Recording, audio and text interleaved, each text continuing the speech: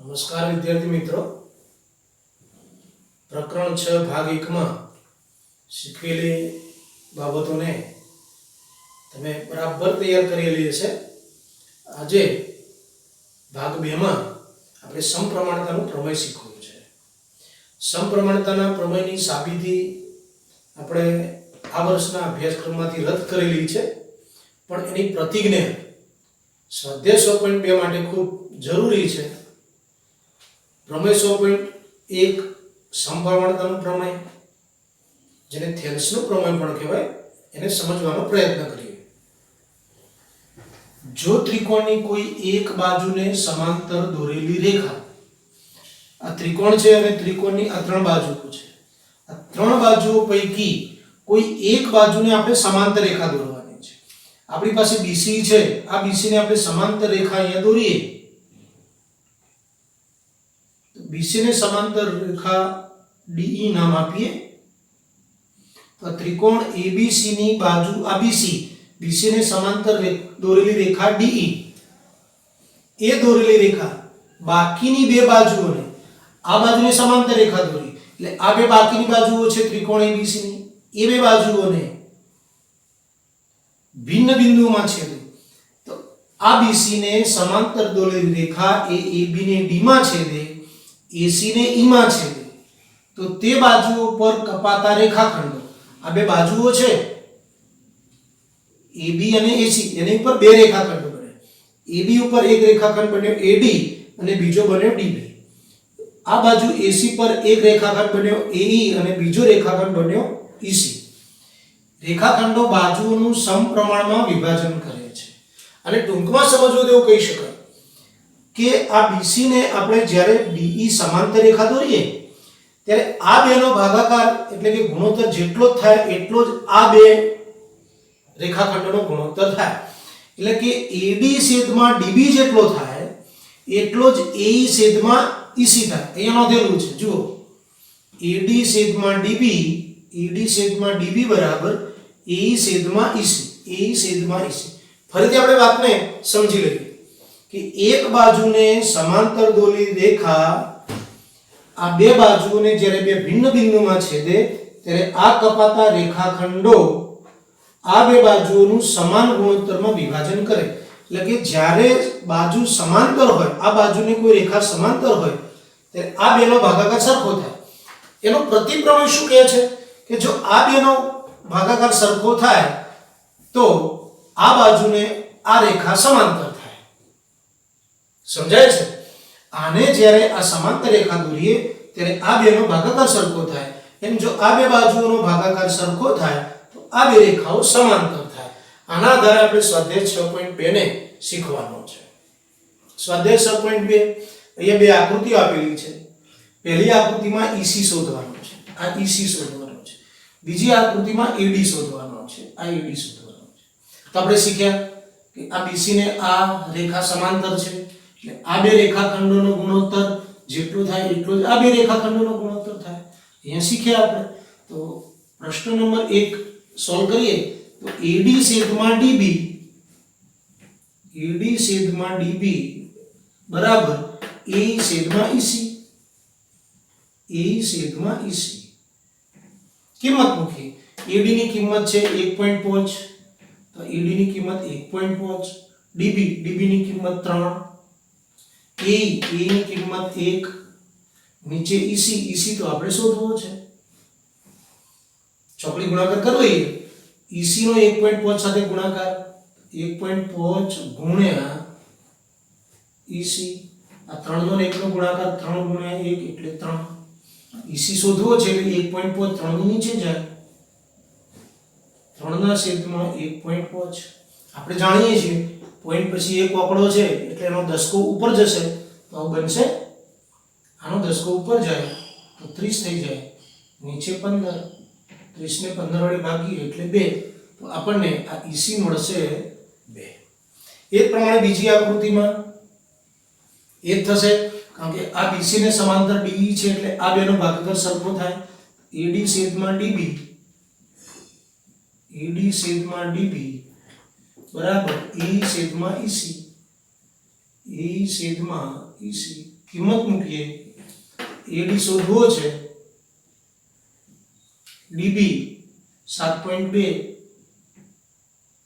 AE 1.8 EC 5.4 ચોકડી ગુણાકાર કરીએ AD ગુણ્યા 5.4 AD ગુણ્યા 5.4 આ બેનો ગુણાકાર કરીએ 7.2 ગુણ્યા 1.8 આ 5.4 નીચે જાય તો AD બરાબર 7.2 ગુણ્યા 1.8 5.4 નીચે જશે હવે આનું સાદુરૂપ આપવાની પદ્ધતિ જુઓ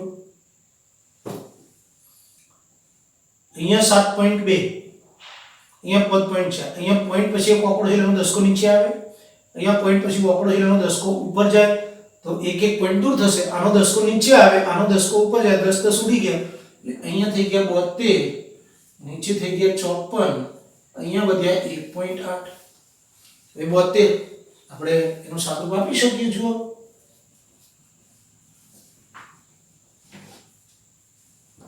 9 8 72 9 8 72 1.8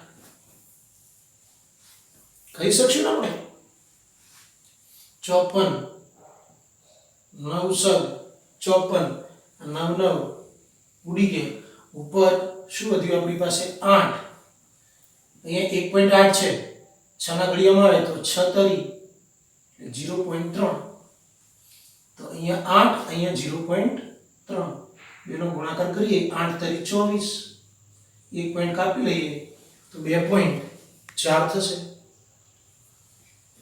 તો આપણને AD મળશે 2.4 દાખલા નંબર 2 બિંદુઓ E અને F એ ત્રિકોણ PQR ની બાજુઓ અનુક્રમે PQ અને PR પર છે આપણી પાસે ત્રિકોણ PQR છે સૌપ્રથમ એક ત્રિકોણ દોરી લઈએ આપણે ત્રિકોણ PQR છે E અને F એ PQ અને PR પર છે એટલે E PQ પર છે તો અહીંયા આ PQ પર E લખ્યો F એ PR પર છે અહીંયા આપણે F બનાવીએ નીચેના દરેક વિકલ્પમાં EF સમાંતર QR છે આ EF અને આ QR સમાંતર છે એવું આપણે સાબિત કરવું છે આપણે 100.1 ને આપણે ફરીથી યાદ કરી લઈએ આ બે સમાંતર હોય તો આ બેનો ભાગાકાર જેટલો થાય એટલો જ આ બેનો ભાગાકાર થાય એવું શીખી ચૂકે અહીંયા આપણે બે સમાંતર સાબિત કરવી છે તો એનું પ્રતીક પ્રમેય આ બેનો ભાગાકાર જેટલો આવે એટલો જ આ બેનો ભાગાકાર થાય તો આ બે સમાંતર થાય EF અને QR સમજાય છે ને ફરીથી યાદ કરાવજો QR ને EF સમાંતર હોય તો આ બેનો ભાગાકાર સરખો થાય એવું આપણે હમણાં શીખ્યા આપણે આ બેને સમાંતર સાબિત કરવી છે આ બે સમાંતર ક્યારે થાય આ બેનો ભાગાકાર જેટલો થાય એટલો આ બેનો ભાગાકાર થાય તો EF અને QR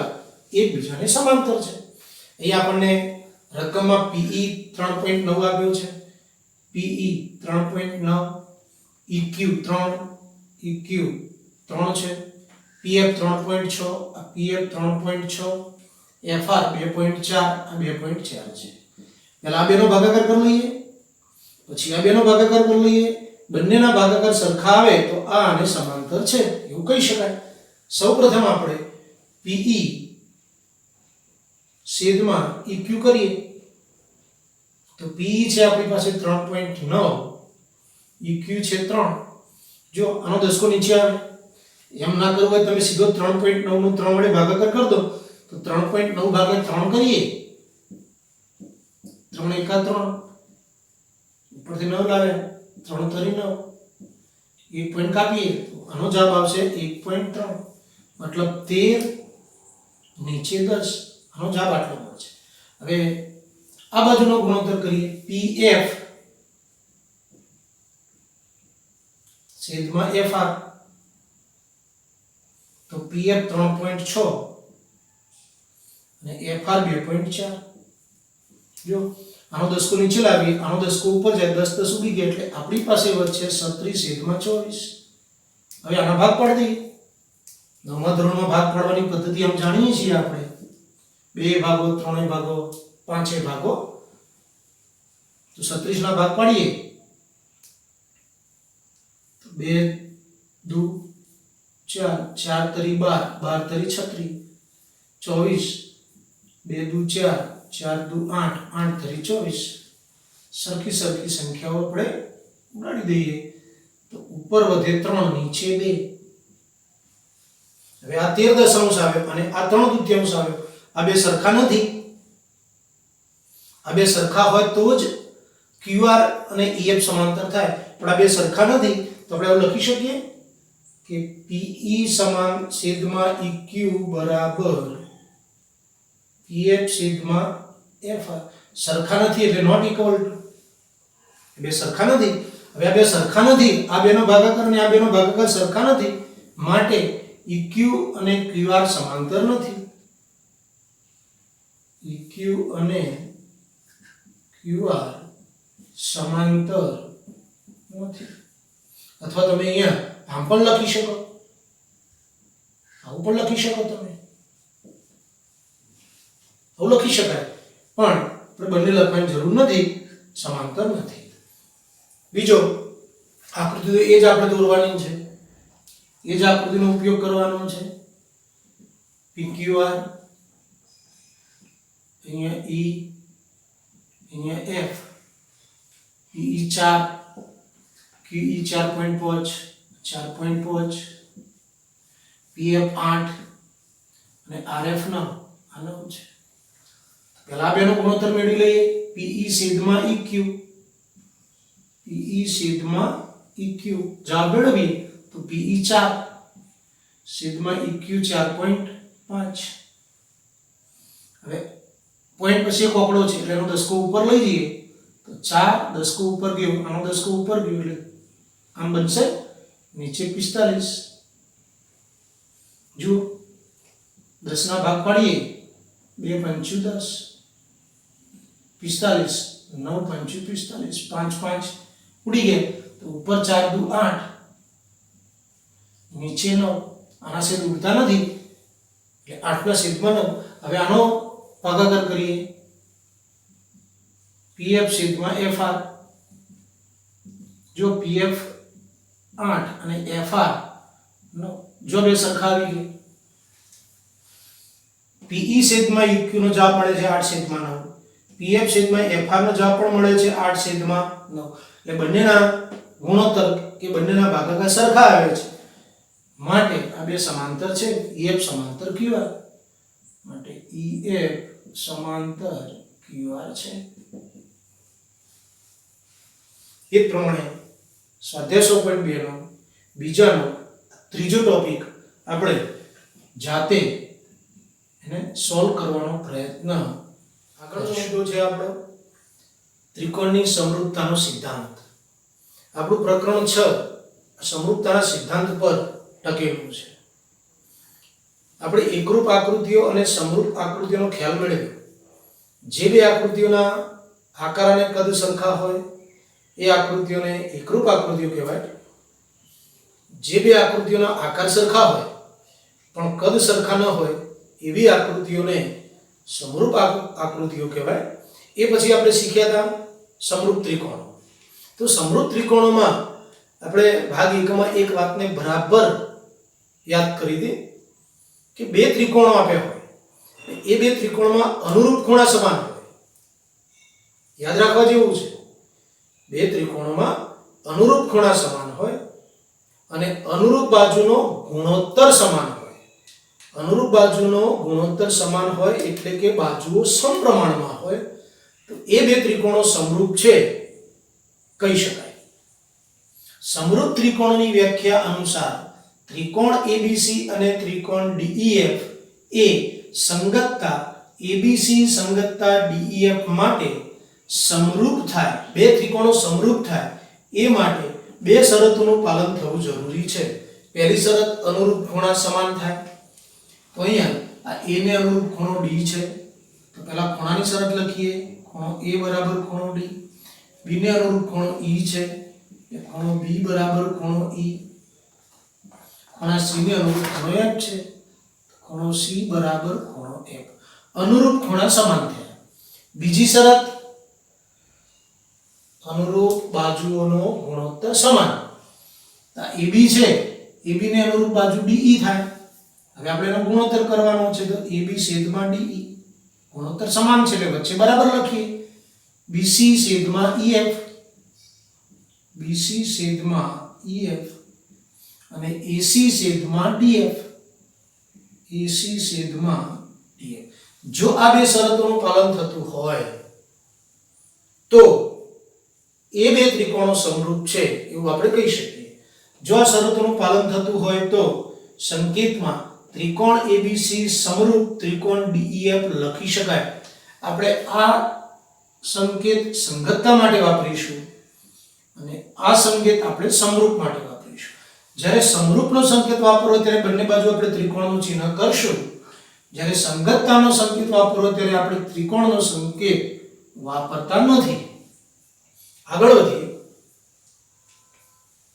જો ત્રિકોણ ABC અને ત્રિકોણ DEF ની ફક્ત એક જ સંગતતા ABC સંગતતા DEF સમરૂપતા હોય તો તેને ફક્ત ત્રિકોણ ABC સમરૂપ ત્રિકોણ DEF લખી શકાય. થોડુંક આપણે કાચું કામ કરી લઈએ તો એની આપણને વધારે સમજ આવે.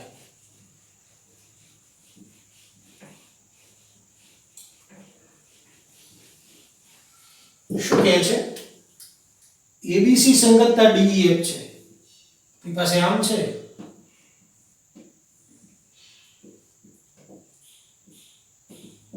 બે ત્રિકોણો છે. સંગતતા આપણી પાસે છે ABC સંગતતા DEF. તો A ને અનુરૂપ D છે, B ને અનુરૂપ ખૂણો E છે, C ને અનુરૂપ ખૂણો F છે.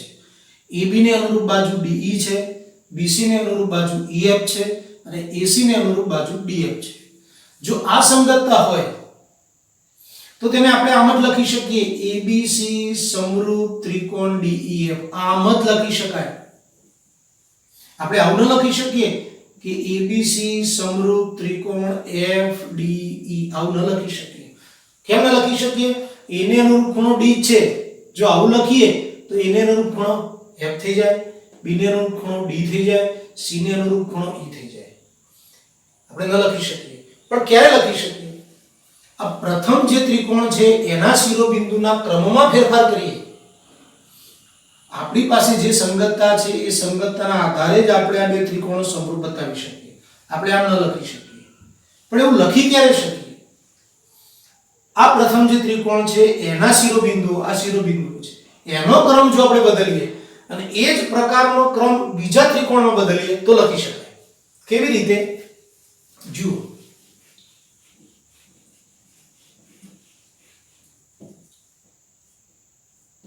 બે ત્રિકોણો છે, ABC છે, અહીંયા DEF છે. ABC સંગતતા DEF હોય તો ત્રિકોણ ABC સમરૂપ ત્રિકોણ DEF જ લખાય, ન બદલાય. પણ આ શિરોબિંદુના ક્રમમાં ફેરફાર કરી લઈએ. આ પહેલો જે ત્રિકોણ છે એ ત્રિકોણના શિરોબિંદુના ક્રમમાં ફેરફાર કરીએ. દાખલા તરીકે ત્રિકોણ ABC સમરૂપ ત્રિકોણ DEF છે. હવે આપણે આ ત્રિકોણના શિરોબિંદુના ક્રમમાં ફેરફાર કરીએ. અહીંથી આપણે શરૂ કરીએ. ત્રિકોણ BAC, તો અહીંયા આપણે એ જ ફેરફાર કરવો પડે. EDF, અહીંયા BAC B થી શરૂ કરીએ તો અહીંયા EDF લખી શકાય. એ જ પ્રમાણે CAB, જો આ ત્રિકોણના શિરોબિંદુના ક્રમમાં ફેરફાર કરે CAB, તો અહીંયા એ જ પ્રકારે લખવું પડે FDE. જો આમાંથી આપણને શીખવા શું મળે છે? બહુ સમજવા જેવું છે. અહીંયા તમે જુઓ A ને અનુરૂપ ખૂણો D હતો, તો અહીંયા જુઓ એ બીજા નંબરનો છે તો બીજા નંબરનો D છે. A ને અનુરૂપ D છે, એ જુઓ A ને અનુરૂપ D છે. સમજાય છે? પહેલા ત્રિકોણના શિરોબિંદુના ક્રમમાં જે પ્રકારનો ફેરફાર કર્યો હોય એ જ પ્રકારનો ફેરફાર બીજા ત્રિકોણના શિરોબિંદુમાં કરીએ તો આપણે લખી શકીએ. આ એક જાણકારી માટે છે અને આપણે પરીક્ષામાં કોઈ મુદ્દો બનાવવાનો નથી. એક આપણી સમજણ માટેનો મુદ્દો છે. વિદ્યાર્થી મિત્રો, આજે આપણે જે કંઈ ટોપિકો શીખ્યા છીએ એને બરાબર આત્મસાત કરી લઈએ. નવી વાત આપણે નવા વિડીયોમાં કરશું.